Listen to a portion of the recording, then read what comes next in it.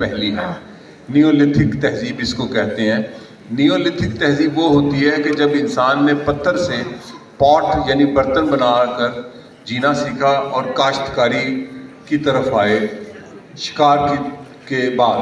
پہلے لوگ مشترکہ شکار کرتے تھے، پھر مشترکہ، یہ اس کو مارکس پریمیٹیو کمیونزم کہتا ہے، اشتراکیت تھی، ہر چیز مشترکہ ہوتی تھی۔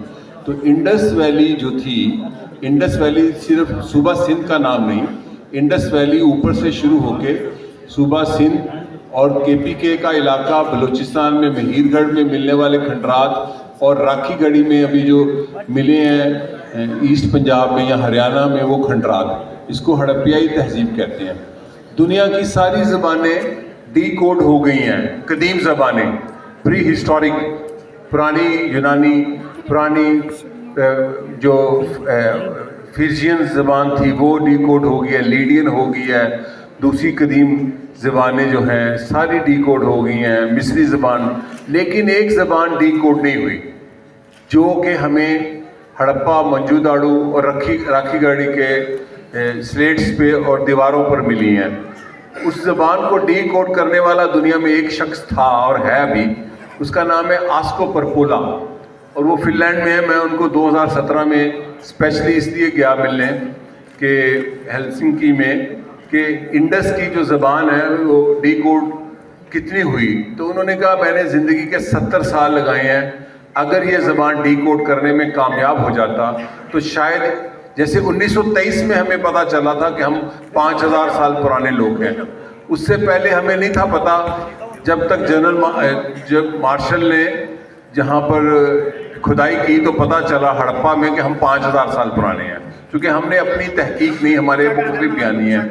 تو آسکو پرپولا کے بقول یہ بڑی اہم بات ہے، آج بھی میں دوپہر کو ایک پنجابی کانفرنس میں بات کر کے آیا ہوں، اس نے کہا کہ کاش میں یہ زبان ڈی کوڈ کرنے میں کامیاب ہو جاتا، کیونکہ ویسٹ کے لوگ دعویٰ نہیں کرتے، یہ دعویٰ کرنا فیوڈل بیہیویئر ہے، یہ فتویٰ دینا۔ انہوں نے کہا بٹ میں نے جو انڈرسٹینڈ کیا، 3 مچھلیوں کو یوں ہونا، 2 مچھلیوں کا یوں ہونا، یہ ہے۔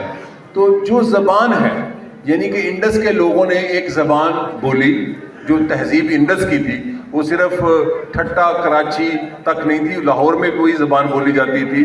خود میں لاہور کو ہڑپیائی شہر کہتا ہوں، یہ ایک علیحدہ موضوع ہے، لیکن یعنی کہ زبان بول کر جو قوم اپنا وجود بناتی ہے، جب قوم بنتی ہے۔ اچھا، ماڈرن سٹیٹ کا کانسیپٹ تو فرینچ ریولوشن کے بعد آیا، لیکن یہ خطے ہوتے تھے، تہذیبیں، تو اس خطے نے اپنی زبان بنائی آج سے 7000 سال پہلے، پری ہسٹورک پیریڈ جس کو کہتے ہیں۔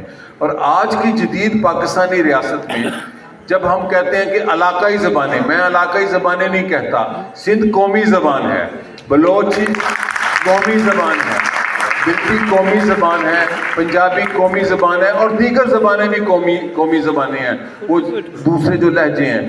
تو پاکستان کی جو تہذیب ہے، پاکستانی تہذیب کی خوبصورتی یہ ہے کہ مختلف قومیتوں سے مل کر یہ ریاست بنی ہے۔ پاکستان، یاد رکھیں، فیڈریشن ہے۔ پاکستان 1947 میں بنا، یہ لفظ 1940 میں بھی موجود نہیں تھا پاکستان، لیکن سندھ کا لفظ موجود تھا، سندھی زبان موجود تھی، پنجابی موجود تھی، بلوچی زبان موجود تھی، پشتو زبان موجود تھی، بلتی اور دوسری زبانیں موجود تھیں۔ لہٰذا میں آپ کو جو بہت ایک دل خراش بات بتانے لگا ہوں، تو آسکو پرپولا کا پورا گھر اپارٹمنٹ، پہلے میں نے ان سے ٹائم لیا تھا، وہ مجھے ریسٹورنٹ میں آ کے ملے، پھر دوسرے دن انہوں نے میرے سے ٹائم لیا کہ مجھے دوبارہ ملو، یہ گورا کبھی اپنے گھر میں نہیں بلاتا۔ تو ان کے گھر کے 3 روم تھے اپارٹمنٹ کے، تو ساری کتابیں وہاں پڑی ہوئی تھیں، اور میں نے پوچھا یہ کیا کتابیں ہیں؟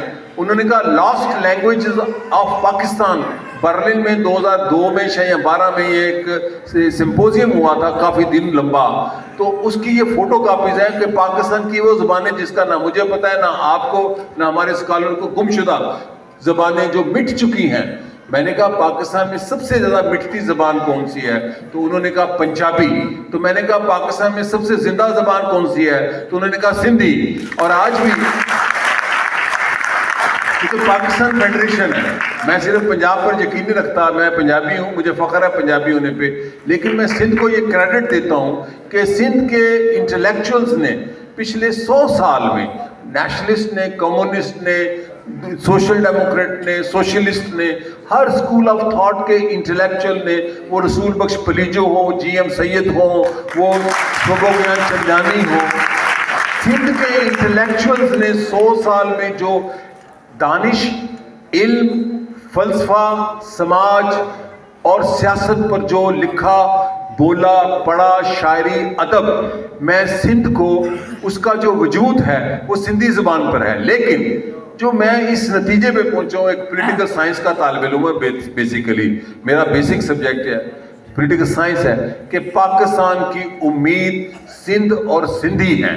انٹلیکچولی پاکستان کا جو بحران ہے, پاکستان میں جو کلیکٹیو انٹلیکٹ ہے کسی قومیت کا, دیکھیں مجھے پنجابی ہونے پہ فخر ہے. میں